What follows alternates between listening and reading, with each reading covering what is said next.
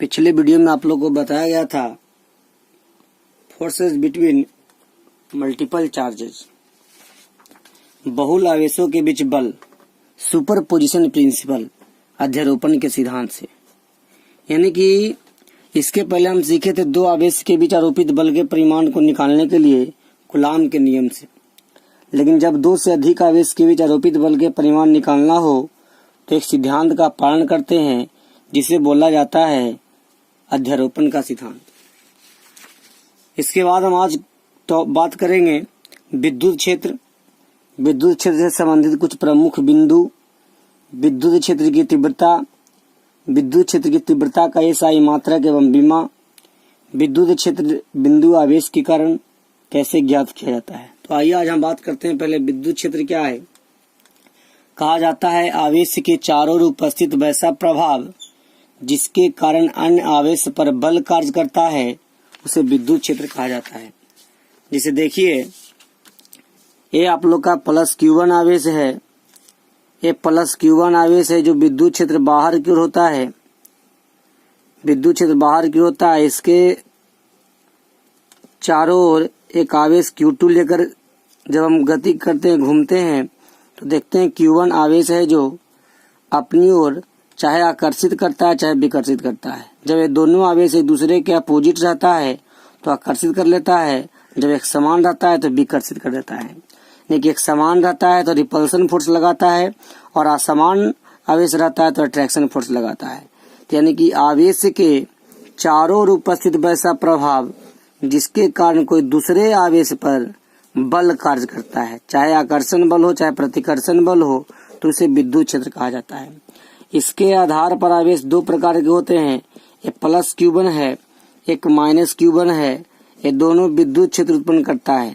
लेकिन जो विद्युत क्षेत्र का पता लगाता है, जैसे Q1 माइनस Q1 देख रहे हैं, इसको Q2 देखते हैं, जो विद्युत क्षेत्र का पता लगाता है उसे बोला जाता है परीक्षण आवेश। यानी कि इसे बोलते हैं टेस्ट चार्ज। और जो विद्युत क्षेत्र उत्पन्न करता है उसे बोलते हैं स्रोत आवेश, सोर्स चार्ज। तो आप लोग को पूछा जाएगा एक स्रोत आवेश होता है, एक परीक्षण आवेश होता है। स्रोत आवेश धनात्मक ऋणात्मक दोनों होता है, परीक्षण आवेश हमेशा धनात्मक होता है।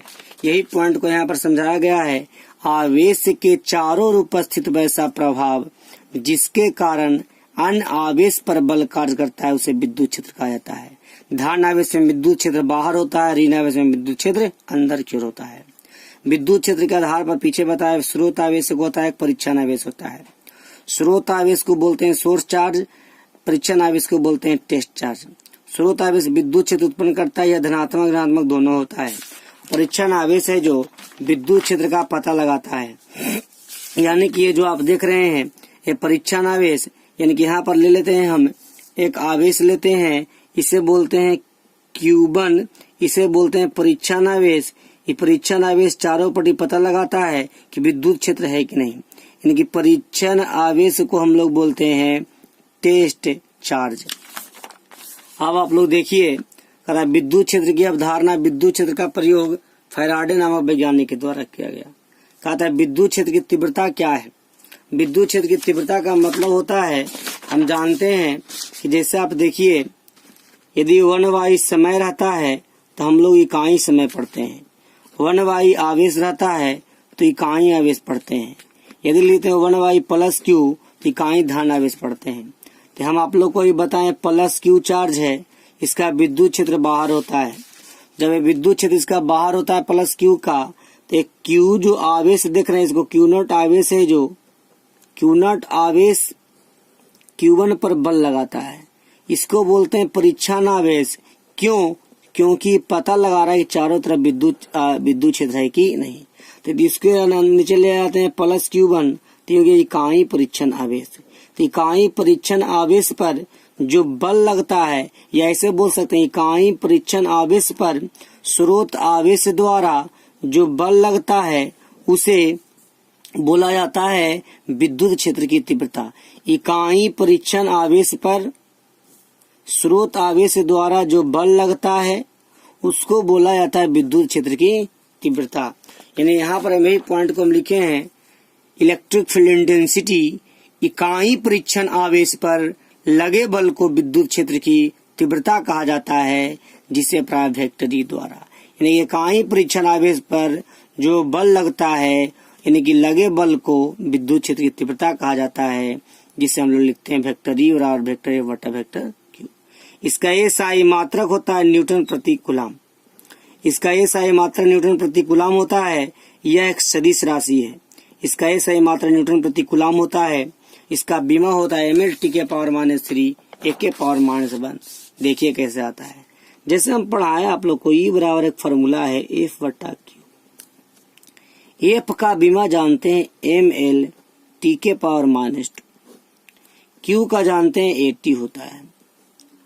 जब नीचे से ऊपर जाता है तो आप लोग का पावर है जो निगेटिव हो जाता है। अगर निगेटिव रहे तो पॉजिटिव, पॉजिटिव रहे तो निगेटिव, लेकिन नीचे आपका सबका पॉजिटिव इसलिए ऊपर चला जाता है, निगेटिव हो जाता है। हम लोग क्या करते हैं, ml t -2 है, एक -1 है, तो -3 हो जाता है, a के पावर -1 होता है। यही बीमा आप लोग को देखिए यहाँ पर बताया गया है, ml t के पावर -3 a के पावर -1 है।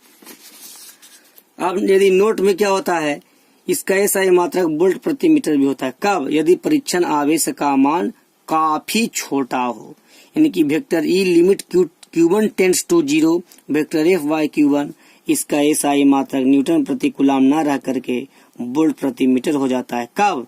जब Q1 आवेश परीक्षण आवेश का मान 0 के बराबर हो जाता है, यानी कि काफी छोटा हो जाता है तब। यानी कब? काफी जब छोटा हो जाता है परीक्षण आवेश, तो विद्युत क्षेत्र की तीव्रता का एसआई मात्रक न्यूटन प्रति कूलम है जो वोल्ट प्रति मीटर हो जाता है। कहा था बिंदु आवेश के कारण विद्युत क्षेत्र की तीव्रता, यानी कि बिंदु आवेश के कारण विद्युत क्षेत्र की तीव्रता क्या है। तो जैसे आप देखिए यहाँ एक प्लस Q0 आवेश है, यह है जो विद्युत क्षेत्र आगे की ओर लगाता है। जब विद्युत क्षेत्र आगे की ओर लगाता है तो इसको आगे की ओर विद्युत क्षेत्र को हम सूचित कर देते हैं वेक्टर ई। यहाँ पर एक बिंदु आवेश Q1 लेते हैं, ये Q1 आवेश जो देख रहे हैं पता लगाता है, इसको इस आवेश को बोलते हैं परीक्षण आवेश। परीक्षण आवेश ये पता लगाता है कि विद्युत क्षेत्र उत्पन्न कर रहा है कि नहीं। ये दोनों आवेश के बीच की दूरी को हम लोग आर बोलते हैं। ये दोनों, यदि Q1 आवेश Q0 आवेश का विद्युत क्षेत्र बाहर है और Q1 आवेश का विद्युत क्षेत्र बाहर है, क्योंकि दोनों आप लोग का आवेश धनात्मक होता है। हम पीछे बताएं कि परीक्षण आवेश टेस्ट चार्ज हमेशा होता है पॉजिटिव होता है, कभी नेगेटिव नहीं होता है।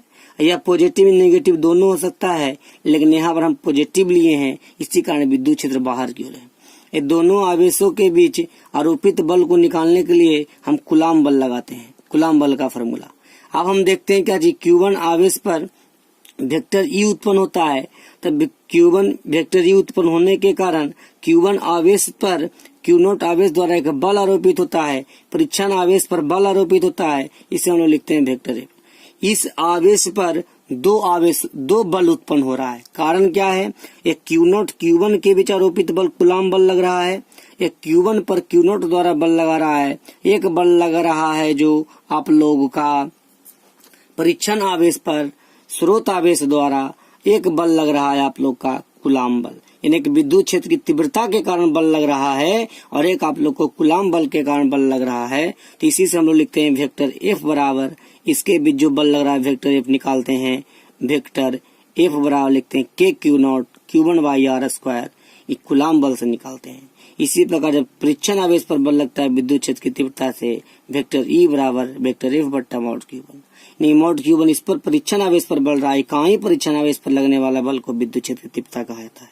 समीकरण 1 और समीकरण 2 को मिलाते हैं तो वेक्टर एफ के स्थान पर समीकरण 1 का वैल्यू रखा जाता है, इसलिए हम इसको गुना में करते हैं, वेक्टर एफ गुना मॉड Q1। वेक्टर एफ का जब यहाँ पर वैल्यू रखते हैं तो आ जाता है के Q0 Q1 by R square, Q1 से Q1 कैंसिल हो जाता है, आ जाता है के Q0 बाई आर स्क्वायर, यानी कि एक फार्मूला आ गया वेक्टर डी बराबर के Q0 बाई आर स्क्वायर। यानी कि मैंने आप लोगों को बताया, ए आप लोग का Q0 है जो स्रोत आवेश है, ए आप लोग का Q1 है जो परीक्षण आवेश है। परीक्षण आवेश पर स्रोत आवेश द्वारा जो बल लगता है इसको वेक्टर एफ कह रहे हैं। दोनों आवेश के बीच भी एक बल लग रहा है, वेक्टर एफ कार्य कर रहा है। इसके दोनों के बीच की दूरी जो आप लोग का है r है, और प्लस क्यू दोनों आवेश है, यही कारण विद्युत क्षेत्र बाहर की ओर होता है। और जब विद्युत क्षेत्र बाहर की ओर होता है, इसके कारण जो बल लग रहा है E बराबर, इसके कारण विद्युत क्षेत्र के कारण जो उत्पन्न हो रहा है वेक्टर E बराबर वेक्टर F बट्टा वेक्टर Q, ये दोनों के बीच बल लग रहा है KQ1 into Q2 by R square, जिससे एक फार्मूला आता है। ये फार्मूला आप लोग को याद करना है। आगे हम नेक्स्ट टॉपिक बताएंगे आवेशों के निकाय के कारण विद्युत क्षेत्र की तीव्रता। थैंक्स।